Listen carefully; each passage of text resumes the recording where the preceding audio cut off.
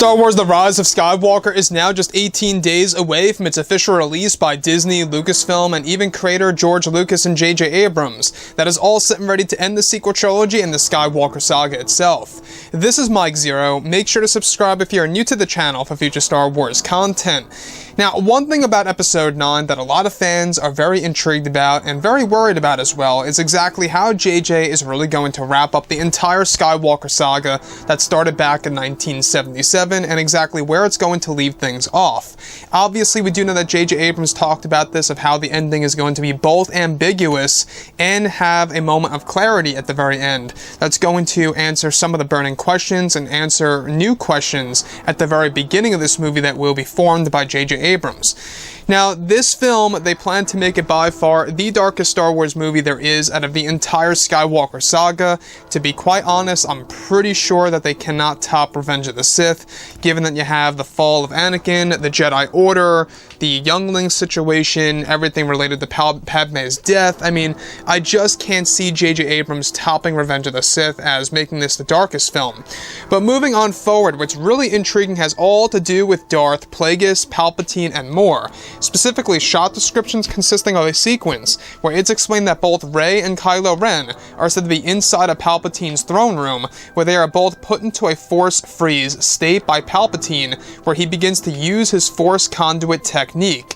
It's explained that one of the scenes is said to involve a moment in which Ben Solo dies by the hands of Palpatine, where later on, Rey is described to be lethargic and unconscious on the ground, as Palpatine begins to destroy the Resistance fleet as well as the First Order from above. It's said that the Force conduit technique that Palpatine uses was said to have been discovered by Palpatine discovering the manuscript of Darth Plagueis at one of the ancient Dark Temples over in the Outer Rim. It's said that in the third act of the film, the power that Palpatine uses is said to be a power that Sidious learned from the spirit of Darth Plagueis while he was trapped over in the spiritual realm, and that Plagueis is the one who discovered that one must be near the beyond, and to have two powerful Force sensitives nearby to use such a power in the sequence. Additionally, it's said that the throne room on the world of Exegol was said to have been discovered by Darth Plagueis first, and that it was Plagueis who kept the destination a secret. Palpatine was always in search of the power of the beyond, and that after the death of Plagueis by the hands of Palpatine, it's actually explained that Plagueis was able to live on over in the spiritual realm as a Sith Wraith. It's said that the Force conduit technique is connected to the spiritual realm, and that the beyond itself and that both Rey and Kylo Ren are used as an energy source for Palpatine to use the power to rejuvenate himself in the third act of the film. So let's go over a couple of parts about this. Now, in case you guys did not know, the very ending of this movie is going to really add in a brand new medium to the franchise that the fans have never seen before on the big screen. And that all has to do with exactly, what J.J. Abrams wants to do with this new Force power that Palpatine uses in Episode 9. I want to go over a key point about Darth Plagueis that really is quite shocking and changes how we view Episode 3, Revenge of the Sith. Now, the iconic conversation between Palpatine and Anakin, where Palpatine is talking about Plagueis and how he learned the ability to create life and to cheat death, however could not save himself, obviously because Palpatine is the one who killed him. However, little did Palpatine know that at some point in time, Plagueis was able to enter into the spiritual realm and live as a Sith Wraith. Now, this was teased in the Darth Vader comics about the spiritual realm and how Siths are able to essentially live on forever, depending on whether or not they learn this ability to transfer their own consciousness over to the spiritual realm. It's almost similar of how Force ghosts are able to be a thing over in the netherworld, but the spiritual realm is different.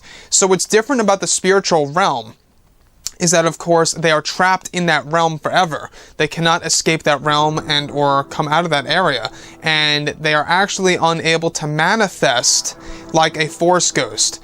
So basically, the Force ghosts are able to essentially keep their original design, their original, form, where the spiritual, realm actually includes Sith Wraiths that only hold a partial version of themselves, essentially.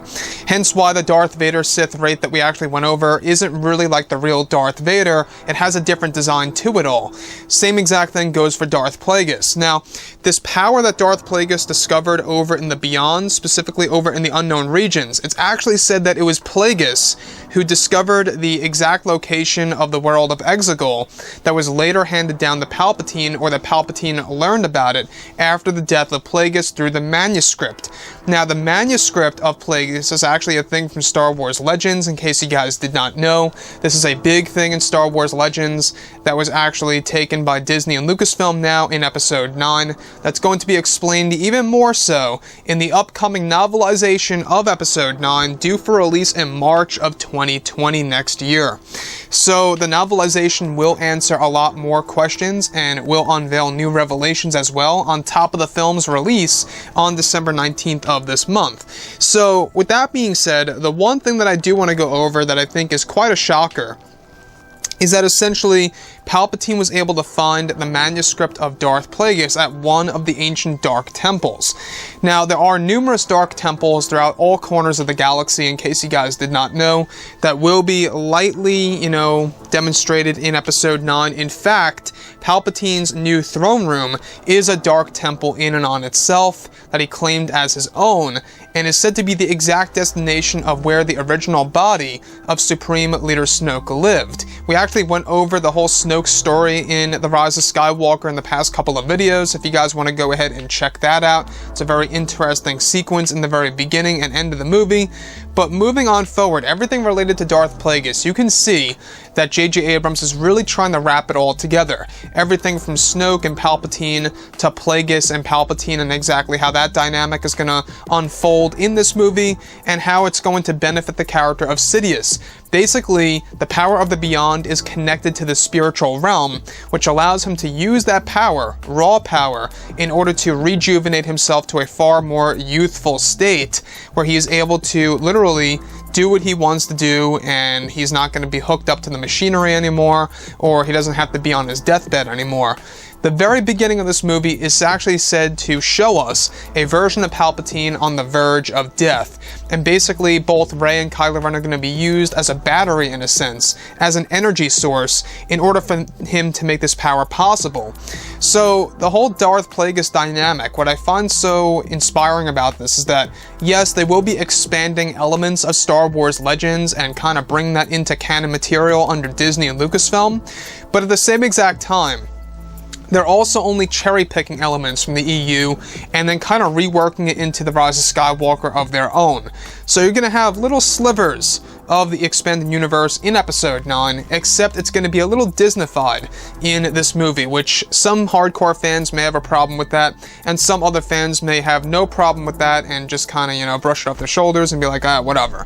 So, with this particular scene, it all takes place at the very end of Act 3, where both Rey, Ben Solo, and Palpatine have a big confrontation. However, the actual battle between Ben and Palpatine and Rey and Sidious is said to be far shorter than how it was in the initial cut of this movie. I don't know if you guys knew, but there was an initial cut of Episode 9 where there was far more screen time for Palpatine in The Rise of Skywalker. So think about that. The fact that they cut down the screen time of Palpatine, I think, is something very unfair to the fans. If I really have to be honest with you guys, I think that given that Palpatine really is the driving force for the hype of this movie, you would think that they would want to have as much Palpatine material as possible in Episode 9. And the last thing I just want to go over here real quick is, of course, the power of the Beyond, in case you guys did not know, is said to be far stronger than that of the dark side of the Force.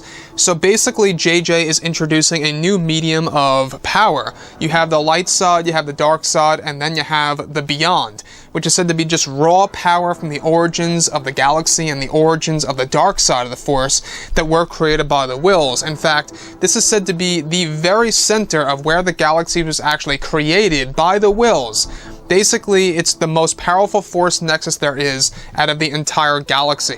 So with that being said, guys, I would like to hear what you all have to say about this below in the comments. And if you guys did enjoy the content for today, do make sure to drop a thumbs up on this video to support the channel. I thank you all so very much for the kind support, and I'll catch you guys next time.